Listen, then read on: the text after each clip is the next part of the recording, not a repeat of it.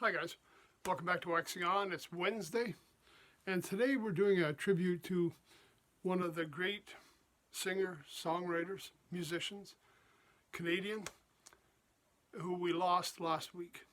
I'm talking about Gordon Lightfoot. Gordon's been part of my life. I've been listening to his music since the mid-'60s. And if you look back quite a few episodes ago, we did a little profile on Gordon Lightfoot, and I talked about two of my favorite albums, Endless Wire and Race Among the Ruins. But today we're going to look at his greatest hits, kind of a retrospective. And I've got two albums. This one, Gordon Lightfoot's greatest hits. First one that came out. And it covers a lot of the material he recorded for United Artists. Now, what's special about this album is Gordon didn't like listening to his old recordings.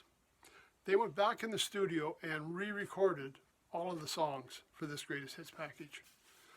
And this was done in Toronto, Eastern Sound, or Eastern Studios, Eastern Sound, Toronto, 1975. So he went back and, again, redid all of it's like a concert. I mean, basically it's him doing the songs all over again. Maybe a little different nuance to them than on the original. Some of them have been combined into a bit of a medley. But it covers a lot of his early work, right up to Don Quixote, Carefree Highway, those kind of songs. So this is Gordon's first greatest hits album. Guitar, we've got Terry Clements, Red Shea, Gordon Lightfoot, of course. On drums, we got Rick Hayes, John Stockfish, and Junior Husky. On percussion, Milt Holland. Harmonica, Charlie McCoy. There's a name you hear once in a while in there. Piano, Nick DiCarlo. Hargus Robbins. Mandolin is Terry Clements. And here's some interesting stuff. They did a couple of orchestrations on a few of his songs. Lee Holdridge did one on the first album here. Second album, it was Nick DiCarlo, but two songs, and one is Don Quixote, was Bob Thompson. The other song, Minstrel of the Dawn, orchestration by Randy Newman. Who knew? Not me. Hey, great, Randy Newman in there. We got Otto Hart, Bruce Good, banjo Larry Good, and steel guitar was Pee Wee Charles and Ollie Strong. Let's take a look at what the songs are on the first album. And again, this covers the early part of his career. So we start out with I'm Not Saying and Ribbon of Darkness. Song for a Winter's Night from the Way I Feel album.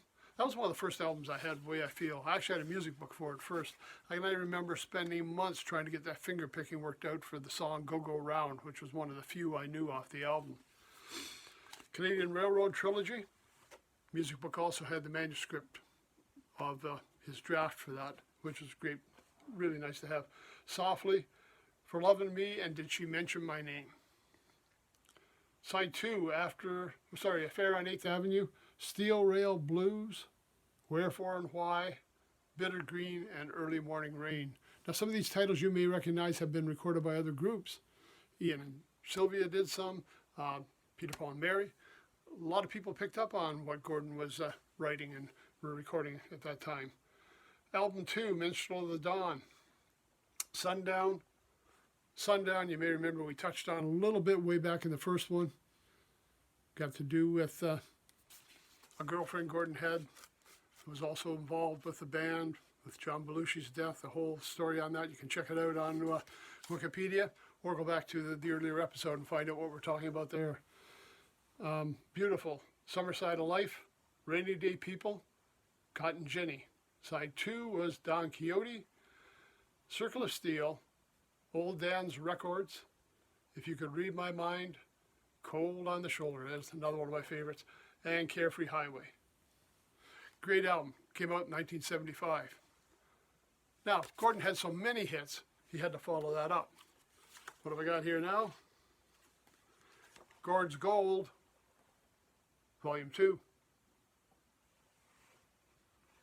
Into the next phase of his career. This one was recorded, I think it was 1988. I'll just double check in the book here. Yep, 1988. So we're up that far in his career, and there's lots of great music since then. Don't forget that. This one again, recorded live, Eastern Sound Studios in Toronto, April, May, and June of 1988. No remixes of earlier masters were attempted. So again, you're getting all new performances here. Okay. We've got a couple that are songs that aren't new performances. That was Make the Way for the Lady, Goes to Cape Horn, Baby Step Back, and It's Worth Believing. Here's the other songs, brand new recordings. If It Should Please You, Endless Wire, Hangdog Hotel Room, I'm Not Supposed to Care, High and Dry, Rucka the Edmund Fitzgerald. And there's a classic tune. Almost everybody's heard that, knows about it. There was a thing I just read today about the Mariners Hall in Detroit ringing the bell 29 times for everybody that died on the Edmund Fitzgerald. The other day they rang it 30, one more time for Gordon. What do you say to that? Also, I had, when I did the original show about Gordon Lightfoot, I had a comment from a reporter from a newspaper in Toronto telling me that, in fact, Edmund Fitzgerald recorded in one take. Went in the studio, sat down, laid it down, and that was it. That's what was released. Amazing. Give that one a listen. The Pony Man, Race Among the Ruins, Christian Island, All the Lovely Ladies, Alberta Bound. Boy, there's a song. I remember singing that in the choir in high school. You know, Alberta Bound. Cherokee Bend, Triangle, and Shadows. Two albums that go hand in hand, covering up to 1988. So we're talking mid-1960s to 1988. Sorry, I got to reach down and grab that other one. I put it on the floor. Gord's Gold, Volume 1. Gord's Gold, Volume 2. Some of the greatest music by one of the great singer-songwriters of my generation. Great folk singer, great Canadian. Still living in Toronto, can you imagine? Used to do an annual concert at Massey Hall, which was the concert venue when I was growing up. And I saw him, probably it's been, what, would you say within the last maybe 10 years we've seen him. It's a little while ago, long before COVID, and he was still out there putting on a great show. Great performer.